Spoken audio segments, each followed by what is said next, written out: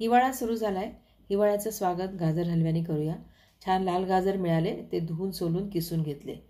3 cup इतकं किसलेलं गाजर घेतलेलं आहे.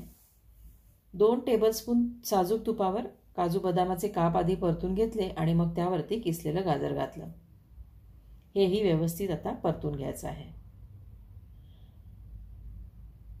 5-1 मिनिट परतून झाल्यावर यावर झाकण ठेवून हे शिजवून घ्यायचं. गाजर पूर्ण शिजल्याशिवाय यामध्ये आपण साखर घालणार नाही आहोत. 5-7 मिनिट झाकण ठेवून पुन्हा शिजवलं. गाजर आता पूर्ण शिजलं आहे. यामध्ये मी अर्धा कप इतकी साखर घालते आहे आणि 1 मूठभर किसमिसही घालते आहे. आज मी एका विशेष प्रसंगासाठी हा गाजर हलवा करते आहे.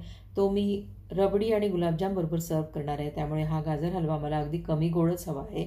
रबडीसुद्धा मी कमी गोड केली आहे. साखर आता विरघळेल, त्याला थोडंसं पुन्हा पाणी सुटेल.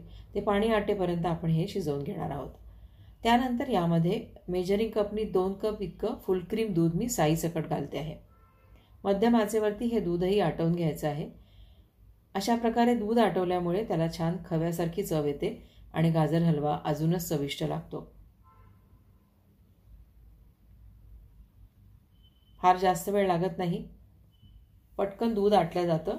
1 चमचाभर यामध्ये वेलदोड्याची पूड घातली आहे आणि पुन्हा आता हे आपल्याला थोडंसं कोरडं करून घ्यायचं आहे की आपला चविष्ट असा गाजर हलवा तयार आहे. एका सर्विंग बोलमध्ये मी खाली अगदी 1 चमचाभर रबडी, त्यावरती 1 मोठा चमचा भरून गाजर हलवा, पुन्हा छोटा चमचाभर रबडी आणि वर एक गुलाबजाम ठेवून सर्व केलेला आहे. तुम्हीही अशा प्रकारे जरूर सर्व करून बघा. धन्यवाद.